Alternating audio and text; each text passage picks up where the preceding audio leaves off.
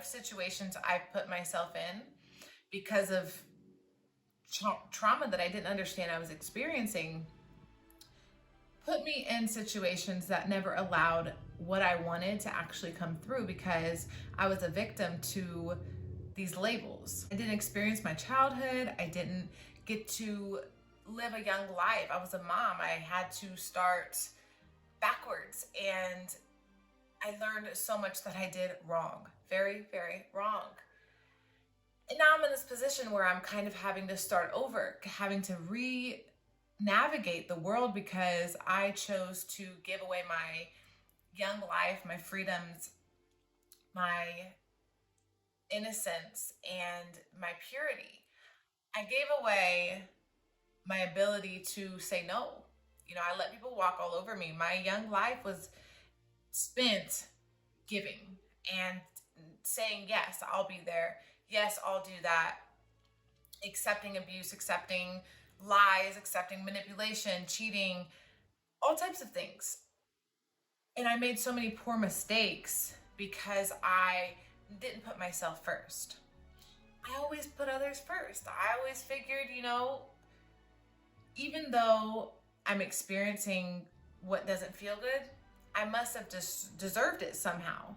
Somehow I must have did something wrong, and I need to fix it. I spent my life trying to fix problems, trying to find solutions to other people's problems. I'm really good at that. And I'm discovering it's because I gave away my power very, very young, and I became a sexualized child. I associated love with sexuality because when I was 13 years old and I didn't know what I was experiencing, the feelings that I got from having sex and what it was and how much it made me feel good compared to what I felt normally, compared to the darkness or the disconnection I felt from those around me. I didn't feel like I would belong. I didn't feel connected to anything. And sex was like kaboom, you know, it was this like orgasmic experience that I was codependent. I was a people pleaser, non-confrontational. I was weak.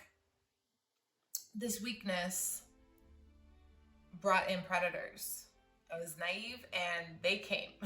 They can smell you. I'm telling you, like a deer in the middle of a field and a predator sees it, it's like that. I gave off this vibe. I was a little Bambi that allowed a lot of people to just take advantage of her. And now looking back, I have this wisdom to share to young girls, young people, because it's not just girls, but the feminine aspect of humanity, the young feminine aspect of humanity is threatened. It's endangered because we're teaching little boys they have to be tough. They have to fight for what it is that they want to survive. And anyone who's been through trauma understands survival is like top priority. So whatever I have to do to defend my survival, I'm gonna do it. These young hearts that are growing are experiencing traumas that are conflicting with how we associate our emotions with feelings and how we incorporate that into compassion and sharing and kindness with others, sharing and exchanging a relationship of love back and forth. I learned really young, like love and sex were one and the same because it was the best feeling I ever felt that I could remember, that I could associate with goodness was sex. Sex could take away anything. You could do anything to me, but if you could like put it down, all of that can disappear because I learned disassociation really young, which is just to black out my experiences. So if something traumatic happens to me, I just let it go. I forget it. I compartmentalize it in my mind somewhere and I disassociate. I disconnect and I let it go. I move past it, but what that does is it just sits inside of me somewhere. It actually builds inside of me over time because I allow it more and more and more. So you could literally do bad things to me over and over and over again, and I would forgive because I didn't understand that I was associating sex with love. That if you could connect with me in that way, I would forgive you for other wrongdoings because I assumed that meant you loved me. And it wasn't just sex. It was like sex was like the leader of was the top tier of a pyramid. And at the top, sex was the number one way to get me to just like do anything for you. I was obsessed with anyone who loved me because I was invalidated. I was a vulnerable, sensitive little girl, and emotionally I didn't really get a connection. So I didn't really understand what it meant to be in a relationship where you just kind of love back and forth. It was more so like, I'll love you if you'll receive love, if I will show you affection, if it was always like a negotiation, like I was in a business deal. It was never like, I just love you for who you are, I accept you for who you are, be who you are, and I value you. There wasn't radical acceptance. So here I am looking back on decisions I've made, people I've associated myself with, relationships that have failed, marriages that never happened. And it's because I connect the idea of love, hey, I love you, with I hate you, you're a bad person. You're a bad person. I hate you. You're trash. You're everything you've ever done to me is unforgivable. You're not good enough. You dress like a slut. You want everyone else's attention. You're never good enough. You never measure up. You put on too much makeup. Why you look like that? Like I associate all that. All of that would disappear in my mind as long as either I got the words, right? People can speak words rather than show you actions. If you can speak a good game, and like I said, sex, I would erase all of the negative in my face intimidation. If I felt someone was too forceful, like their energy was just kind of like aggressive, I would just become submissive. I would submit to aggression because it was scary and I didn't understand how to deal with it really well. Because really young, anger scared me and it put me in a state of fear where I would freeze. And I would just find a solution, like, how do I get out of this? How do I make this person who's yelling at me stop? What do I need to do to make this better? How do I need to behave? So relationships after relationships, no matter which kind, tend to end in some sort of dramatic way because the relationship itself was toxic. It was based in a foundation of mistrust, dishonesty, cheating, lies, manipulation, passive aggressive, hot and cold, conditional, intimidating behaviors that would just kind of scare me into submission. And I really truly recognize this as atypical behavior of a connection. Just, this person just has anger problems. This person just has,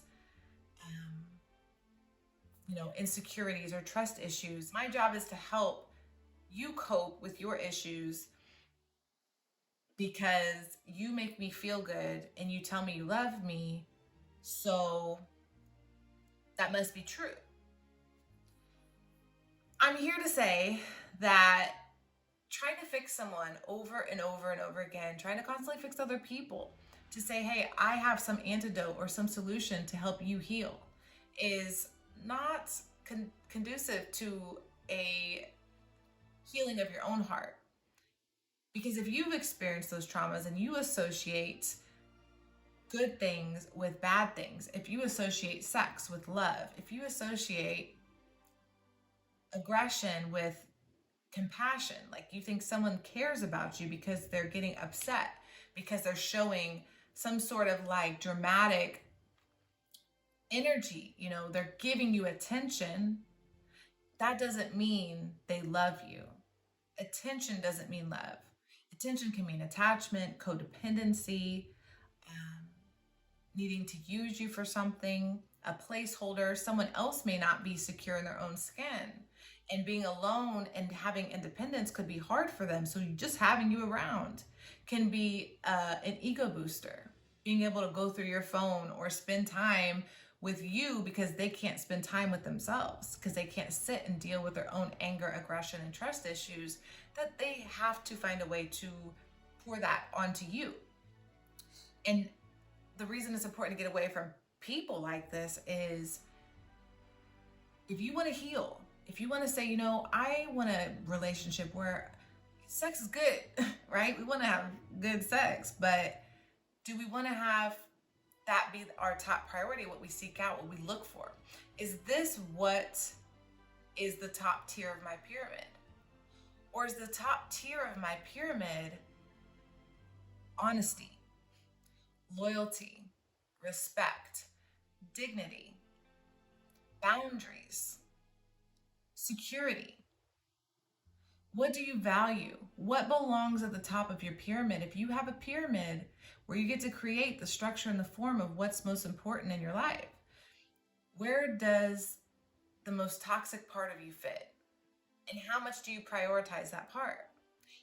How often do you spend your day trying to see your mess ups?